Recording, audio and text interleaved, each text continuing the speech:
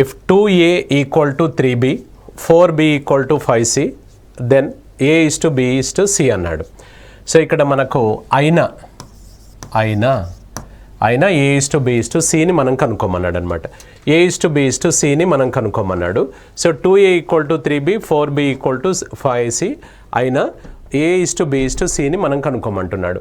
ఎప్పుడైనా కూడా ఇలా మనకు అక్షరాలు నెంబర్స్ ఇచ్చినప్పుడు ఏం చేయాలంటే అక్షరాలు ఒకవైపు తీసుకోవాలి, అంకెలను ఒకవైపు తీసుకోవాలన్నమాట. సో లెటర్స్ ఒకవైపు, నెంబర్స్ ఒకవైపు తీసుకోవాలి. So 2a equal to 3b అన్నాడు. So 2a equal to 3b అని అన్నప్పుడు ఇక్కడ ఫస్ట్ది మనం ఒకసారి చూసుకున్నట్లయితే so 2a equal to 3b కదా. సో ఇప్పుడు ఇందులో నెక్స్ట్ వచ్చేసి ఏం చెప్పాడు మనకు 4b ఈక్వల్ టు 5c అన్నాడు. అక్షరాలు ఒకవైపు అని చెప్పాం కదా, ఆ b ఇటువైపు తీసుకొచ్చేయండి. ఇక్కడ a ఉంది కదా, ఆ b ఇటువైపు వస్తే a/b అవుతుంది. ఈ 2 అటువైపు పంపించేసేయండి, 3/2 అనమాట. సో a/bని a/bగా రాసుకోవచ్చు. అలాంటప్పుడు 3/2ను మనం 3:2గా రాసుకోవచ్చు అనమాట. సేమ్ యాజ్ ఇట్ ఈస్ దీన్ని కూడా అలానే చేస్తే ఆ 5 ఇటువైపు వస్తుంది, మన c ఇటువైపు వస్తుంది. ఏం చెప్పాం, అక్షరాలు ఒకవైపు అంకెలు ఒకవైపు వెళ్ళాలి. సో ఆ c ఇటువైపు వస్తే b/c అవుతుంది, ఇది అటు పంపించేస్తే 5/4 అవుతుంది. b/c ఈక్వల్స్ టు సో మనకు 5:4 అనమాట. 5:4. ఇప్పుడు మనము లాస్ట్ క్లాస్లో చేసినట్లుగా a/b/cని మనం ఫైండ్ అవుట్ చేసుకోవాలి. ఇది ఫస్ట్ వచ్చేసి 3:2, సెకండ్ది వచ్చేసి 5:4 అన్నాడు. సో ఇది ఫస్ట్ లైన్, ఇది సెకండ్ లైన్, ఇది థర్డ్ లైన్. యారో మార్క్స్ గుర్తుపెట్టుకోమని చెప్పాము మనం. సో యారో మార్క్స్ ప్రకారమే చేసుకోవాలి. a/b/c అంటే 3:5 ఫస్ట్ది అవుతుంది, సెకండ్ది వచ్చేసి 2:5 సెకండ్ది అవుతుంది, థర్డ్ది వచ్చేసి 2:4 థర్డ్ది అవుతుంది. ఈ మూడింటిలో ఏదైనా మీకు కామన్గా కనిపించింది అనుకోండి, కట్ చేసేద్దాం. కట్ కాలేదనుకోండి యాజ్ ఇట్ ఈస్గా మనం ప్రొడక్ట్ చేసి వేసేయాలన్నమాట, లబ్ధం. సో 3:5 ఎంత, ఇది 15. సో 2:5 ఎంత, 10. సో 2:8 ఎంత, 2:4 ఎంత, 8. ఇప్పటికైనా ఏదైనా మనకు కామన్గా కట్ చేయడం ఏదైనా ఐడియా వచ్చిందనుకోండి, కట్ చేసేయాలి. లేకపోతే ఇంక ఇదే 15:10:8 అనమాట. 15:10:8. సో 15:10 సో 8, ఇది 18 కాదు మనకి ఇందులో. 15:10:8 ఉందా ఇందులో? సో లేదు కదా, అప్పుడు దేనికి వెళ్తాం మనం? సో మనం ఇందులో సో మన నన్ ఆఫ్ దీస్ ఆన్సర్ అవుతుంది అనమాట. సో అర్థమైంది? So right. 3p equal to 4q 5r equal to 6q then p/q/r అన్నాడు. అయినా మనకు తెలుగు క్వశ్చన్లో మనం రాసినా కూడా ఇది డైరెక్ట్గా ఇచ్చేస్తాడనమాట. దెన్ అనే పెట్టవచ్చు. కొన్ని సందర్భాలలో కొన్ని బోర్డ్స్లలో కొన్ని ఎగ్జామ్స్లలో అలా జరిగాయి. కాబట్టి అది పెద్ద మనకు మీనింగ్ ఏం అవసరం లేదు. అక్కడ అయినా అని ఇవ్వచ్చు, దెన్ అని ఇవ్వచ్చు. మనకి ఏది ఇచ్చినా కూడా మనకు సేమ్ అర్థమవుతుంది. సో కాబట్టి మనము ఇందులో మనం సేమ్ ఇంతకుముందు క్వశ్చన్ లాగానే దీన్ని కూడా మనం ఒకసారి చూసుకున్నట్లయితే ఇక్కడ 3p ఈక్వల్ టు 4q అన్నాడు కదా. So 3p equal to 4q అని అన్నప్పుడు p/q ఈక్వల్ టు మనం ఇంతకుముందు చేసినట్టుగా ఇంకా దాన్ని డైరెక్ట్గా చేయాలంటే రివర్స్ అని కూడా చెప్పుకోవచ్చు అనమాట. సో ఇప్పుడు మనకు ఇంతకుముందు చేసాం కదా. సో ఇంతకుముందు ఏం చేసాం, ఇక్కడ 2a ఈక్వల్ టు 3b ఉంది కదా. ఇదంతా చేసే బదులు దీన్ని సింపుల్గా ఏం చేసుకోవచ్చు అంటే రివర్స్ అనగా so 2a equals to 3b అన్నప్పుడు డైరెక్ట్గా a/bని మనం షార్ట్కట్లో రివర్స్ అని చెప్పొచ్చు. 3:2 ఇక్కడ అదే వచ్చిందా లేదా చెప్పండి. సేమ్ అలాగే ఇప్పుడు దీన్ని కూడా మనం చూసుకుంటున్నాం. మనం దీన్ని కూడా అలానే రాయొచ్చు అనమాట. 3p ఈక్వల్ టు 4q అన్నప్పుడు p/q ఈక్వల్ టు రివర్స్ అంటే ఎంత, 4:3 అన్నమాట. సో 4:3. సెకండ్ది అలానే తీసుకున్నట్లయితే 5r ఈక్వల్ టు 6q అప్పుడు r/q ఈక్వల్స్ టు ఇది రివర్స్ అంటే ఏంటి సార్ ఇక్కడ? సో 6:5 అనమాట. 6:5 అవుతుంది. ఇక్కడ ఒకటి గమనించి ఇది ఎలా వచ్చింది అనేది మనం ఇంతకుముందు చేసాం కదా. అలా చేస్తే అక్షరాలు ఒకవైపు అంకెలు ఒకవైపు అని చేసుకున్నట్లయితే అది వచ్చేస్తుంది. సో అయితే ఇక్కడ గమనించాల్సింది ఏంటంటే ఇక్కడ సెకండ్ లెటర్ ఏదైతే ఉందో ఇందులో ఫస్ట్ లెటర్ అదే అయ్యి ఉండాలన్నమాట. దీనికి కనెక్షన్ ఉండాలి. ఒకవేళ లేదు అనుకోండి మనం మార్చుకోవాల్సి వస్తుంది అనమాట. ఇప్పుడు ఇక్కడ చూడండి p/q ఉంది, ఇక్కడ r/2 ఉంది, దానికి కనెక్షన్ లేదు.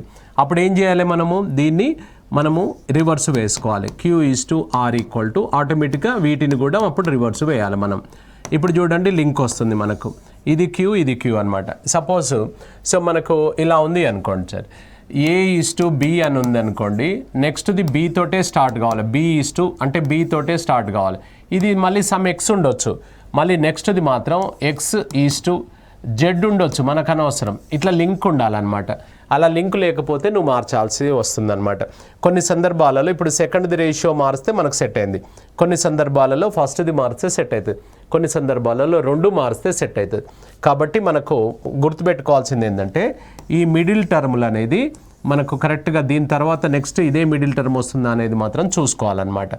రైట్, ఇప్పుడు ఇది 4:3, అది 5:6. ఇప్పుడు ఇది నార్మల్ అనమాట. సో ఇది 4:3, నెక్స్ట్ వచ్చేసి ఇది 5:6. ఇది ఫస్ట్, ఇది సెకండ్, ఇది థర్డ్ అనమాట. సో మనం కనుక్కోమన్నది P:Q:R అడిగాడు. సో 4 × 5 డైరెక్ట్ 20 వేయగలగాలి, నేను మాత్రం ఇలా వేస్తున్నాను. సో 3 × 5 ఇది 15. సో నెక్స్ట్ 3 × 6 ఇది 18 అనమాట. సో ఇది 20, ఇది 15, ఇది 18. ఈ మూడింటిలో ఏదైనా కామన్గా కొట్టివేయగలిగే నెంబర్లు ఉన్నాయా, లేకపోతే వదిలేసేయాలి. 20, 15, 18 అనే నెంబర్ ఎక్కడన్నా ఉందా? సో ఇది మన ఆన్సర్ అవుతుంది. So B is the answer అనమాట. So right, next 2P = 3Q = 4R.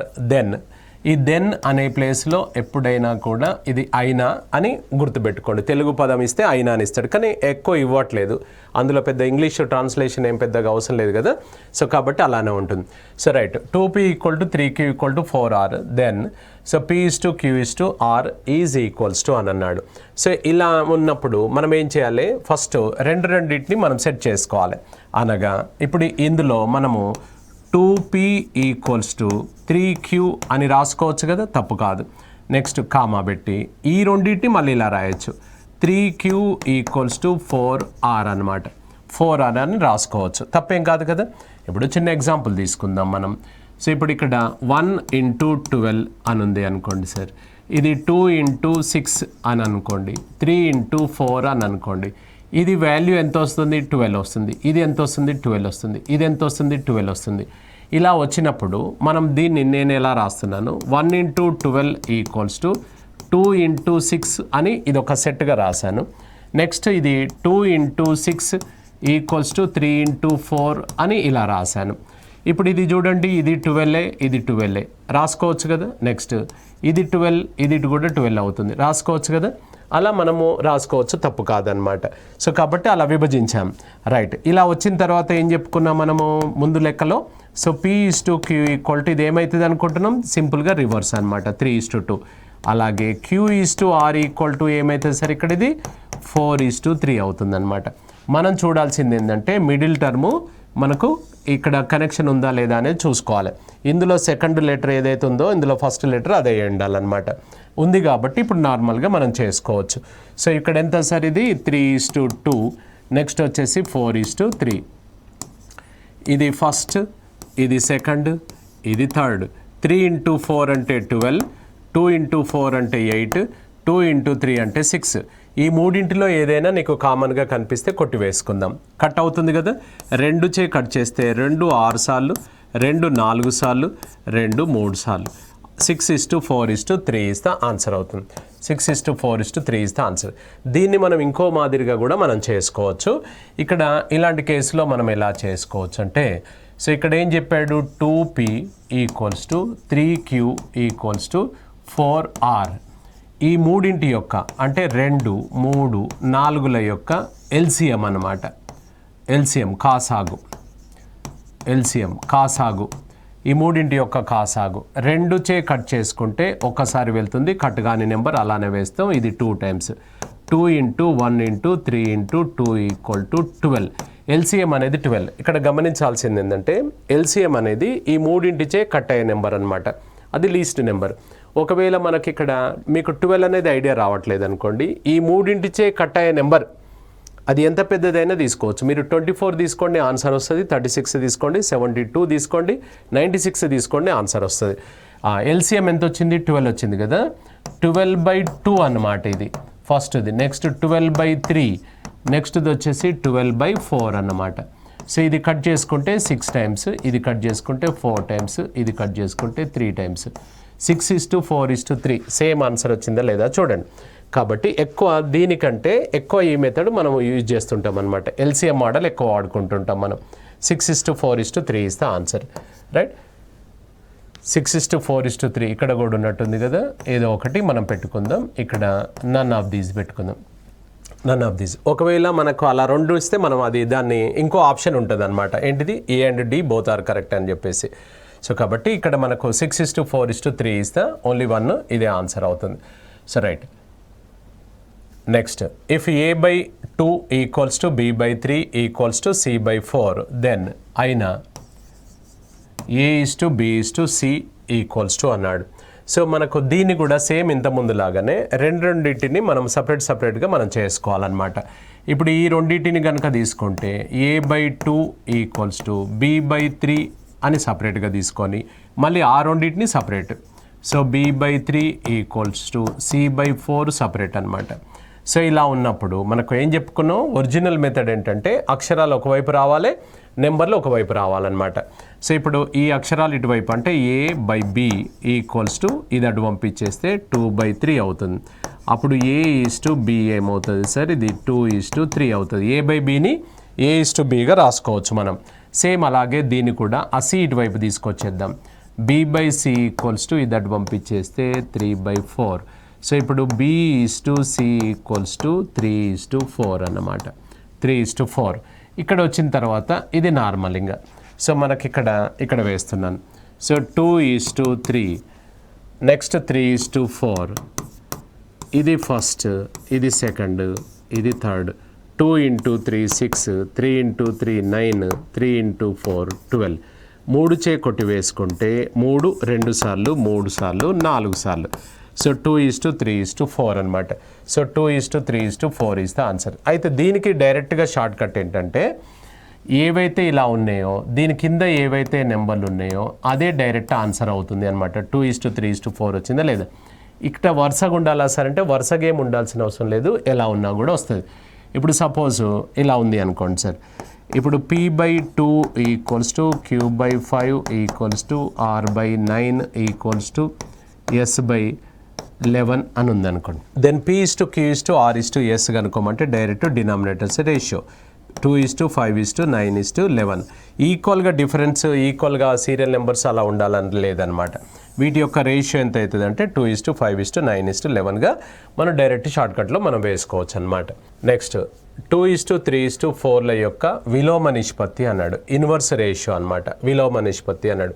So విలోమ నిష్పత్తి అన్నప్పుడు మనకి ఇక్కడ సో 1/2:1/3:1/4 అనమాట.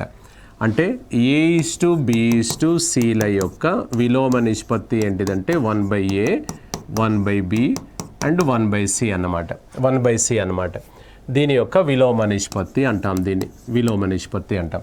సో ఇలా ఉన్నప్పుడు మనం దీన్ని సాధారణం నెంబర్ రూపంలోకి మార్చుకోవాలి కదా. ఇలా ఇచ్చినప్పుడు ఎప్పుడైనా కూడా 2, 3, 4 ఏవైతే డినామినేటర్స్ ఉన్నాయో వాటికి ఎల్సిఎం చేసుకోవాలి మనం, వాటికి ఎల్సిఎం చేయాలి. సో 2 ఒకసారి, ఇది కట్ కాలేదు, ఇది 2 సార్లు. 2 × 1 × 3 × 2 equals to 12 is the LCM అనమాట. కాసాగు 12 ఈజ్ ద ఎల్సిఎం, కాసాగు. ఇప్పుడు ఇక్కడ ఏదైతే ఫ్రాక్షన్ ఉందో 1/2 × 12, నెక్స్ట్ 1/3 × 12 ఈజ్ టు 1/4 × 12 అనమాట. So right. ఇప్పుడు ఇది కట్ చేసుకుంటే ఇది 6 టైమ్స్, ఇది 4 టైమ్స్, ఇది 3 టైమ్స్ అనమాట. 6:4:3 ఈజ్ ద ఆన్సర్ అవుతుంది. 6:4:3 is the answer. Answer A is the answer అనమాట.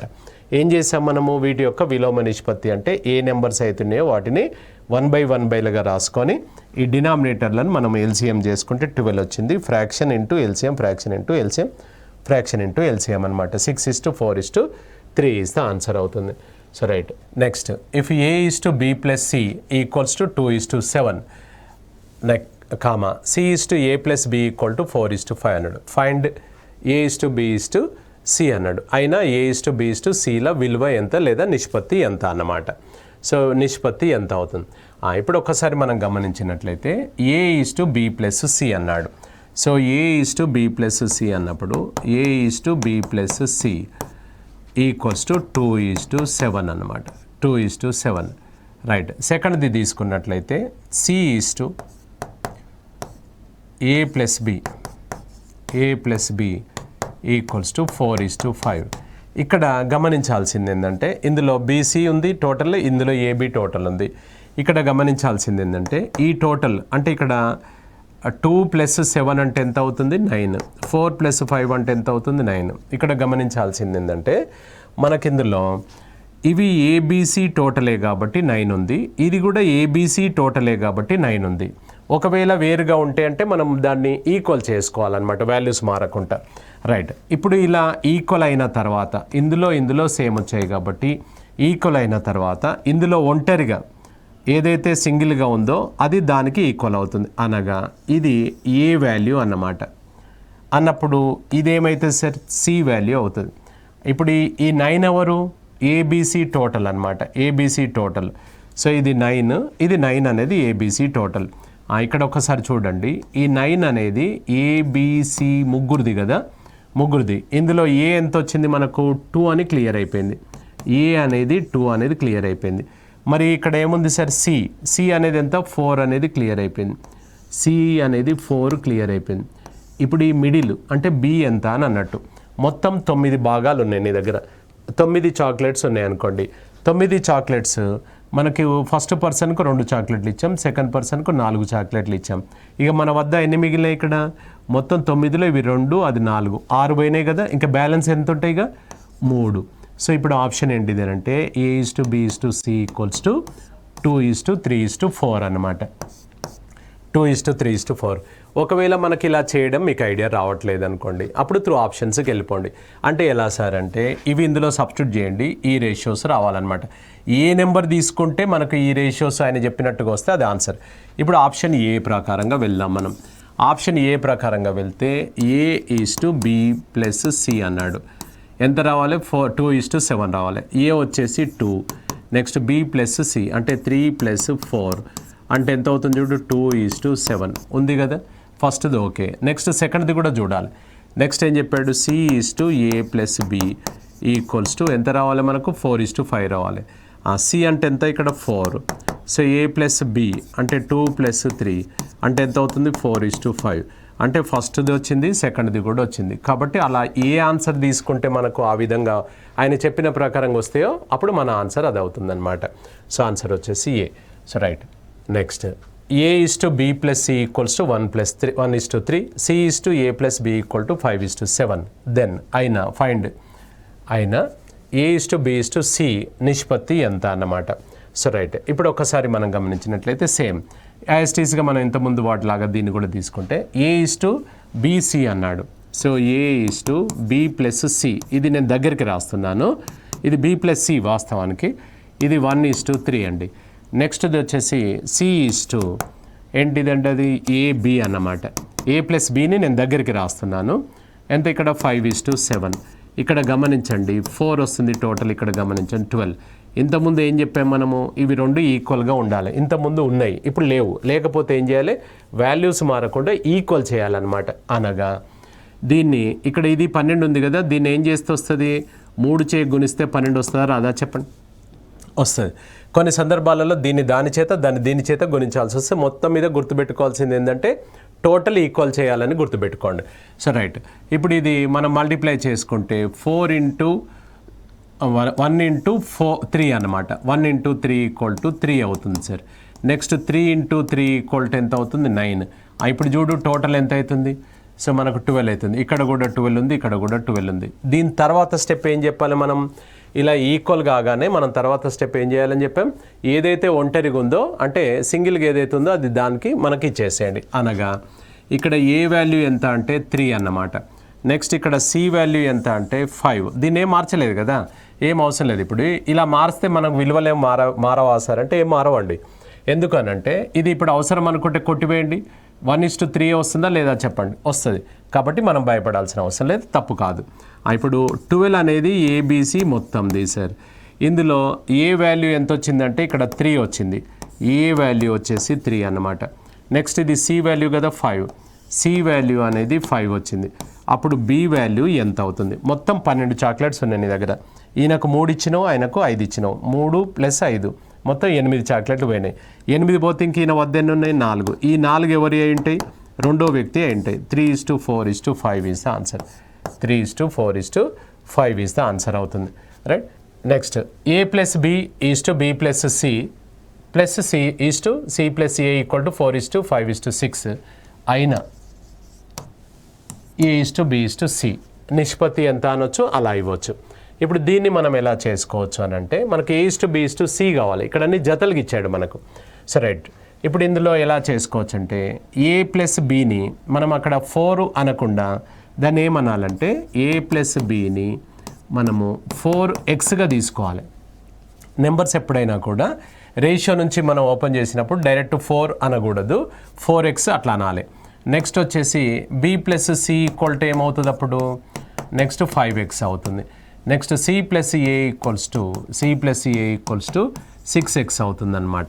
సో ఇప్పుడు ఫస్ట్ది, సెకండ్ది, థర్డ్ది మూడింటిని యాడ్ చేద్దాం మనం.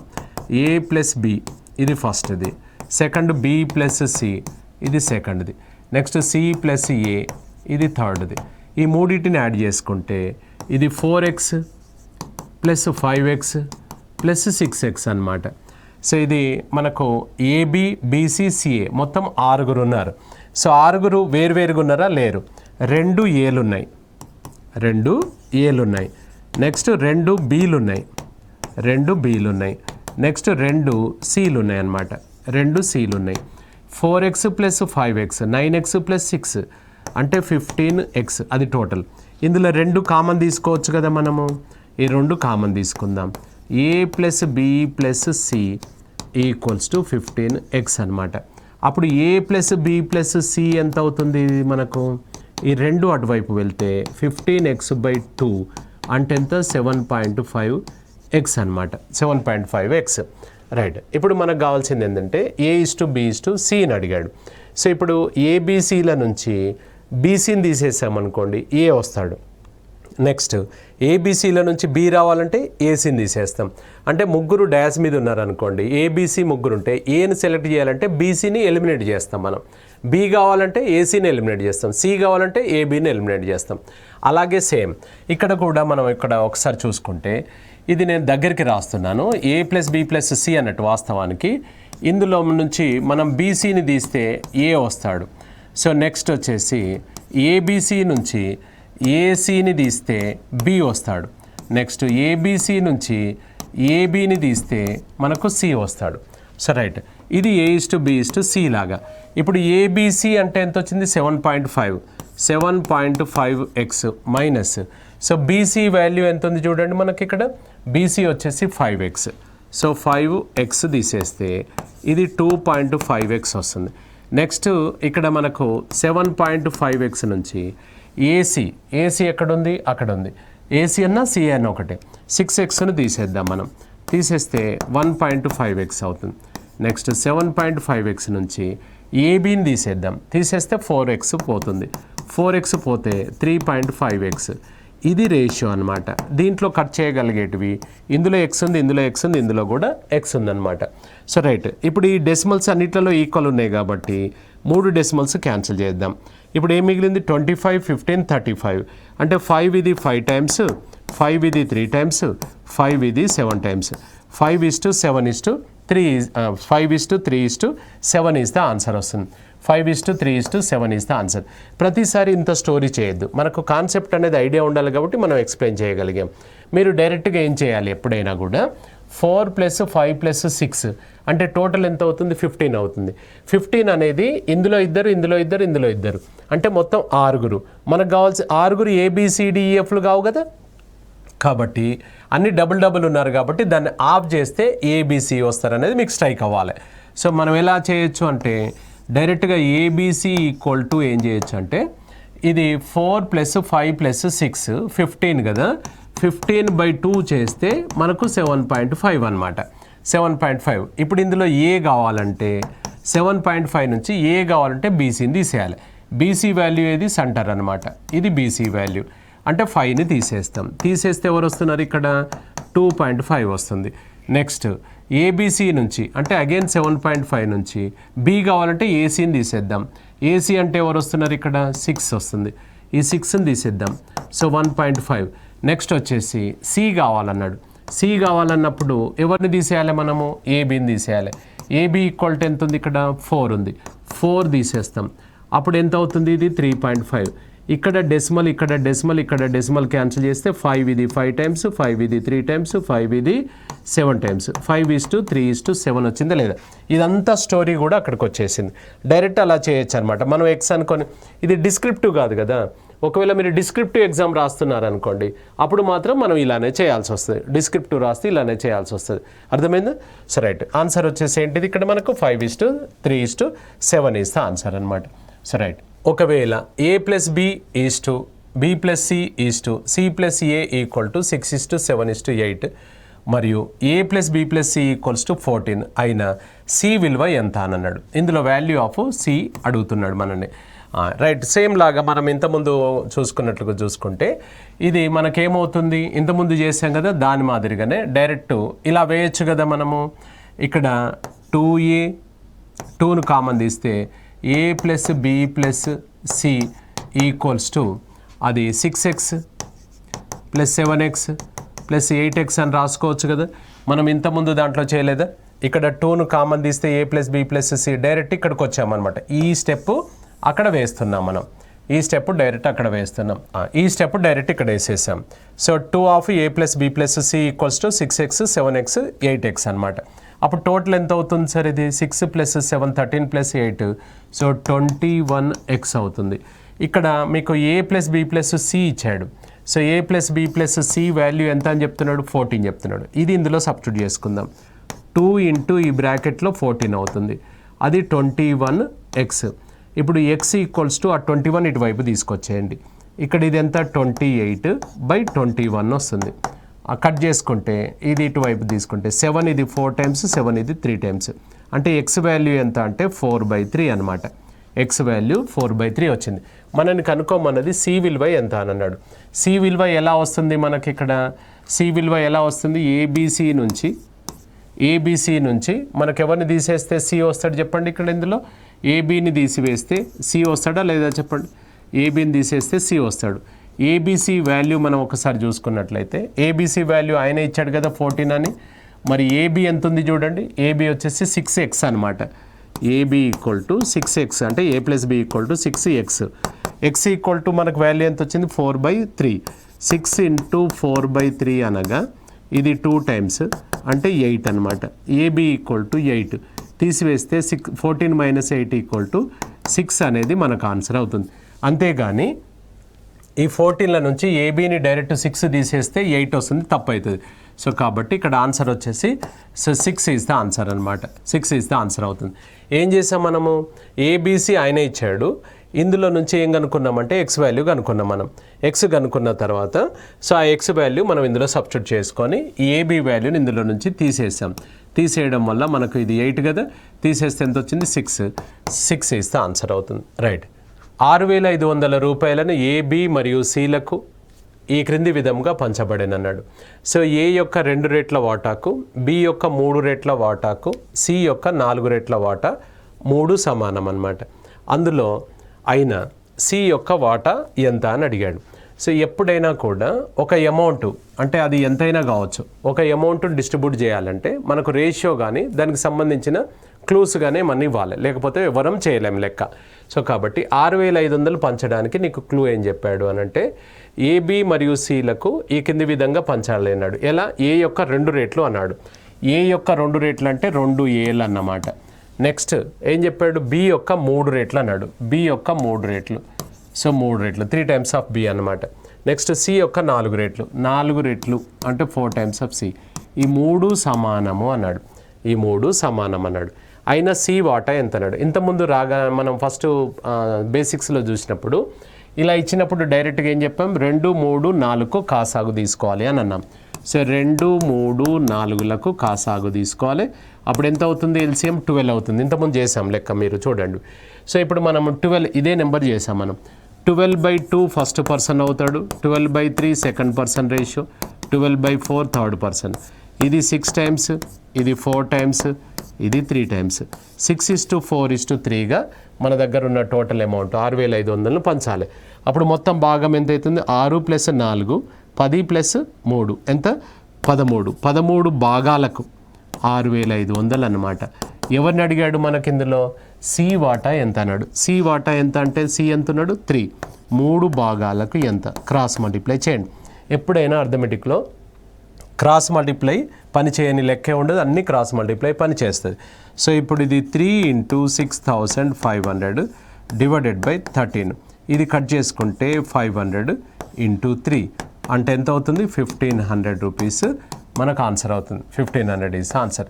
రైట్. ఇప్పుడు మనకి ఇందులో ఏదైనా కూడా ఒక అమౌంట్ మనము డిస్ట్రిబ్యూట్ చేయాలి అని అంటే రేషియో అనేది కంపల్సరీ రావాలి. ఆ రేషియోకు ప్రతి క్వశ్చన్కు మనకు క్లూస్ ఇస్తుంటాడు అనమాట. సో క్లూస్ ఇస్తాడు కాబట్టి ఈ క్లూ ప్రకారం మనం కనుక్కున్నాము రేషియో కనుక్కున్న తర్వాత దాని ప్రకారంగా ఎవరిని కనుక్కోమంటే వాళ్ళను మనం పని చేయొచ్చు అనమాట. So right. రేషియో ప్రపోర్షన్స్లో మన ముఖ్యమైన క్వశ్చన్స్ చూసుకున్నాం కదా. తదుపరి మళ్ళీ భాగంలో దీని కంటిన్యూషన్లో భాగంగా మిగతా ప్రశ్నలు చూద్దాం మనం.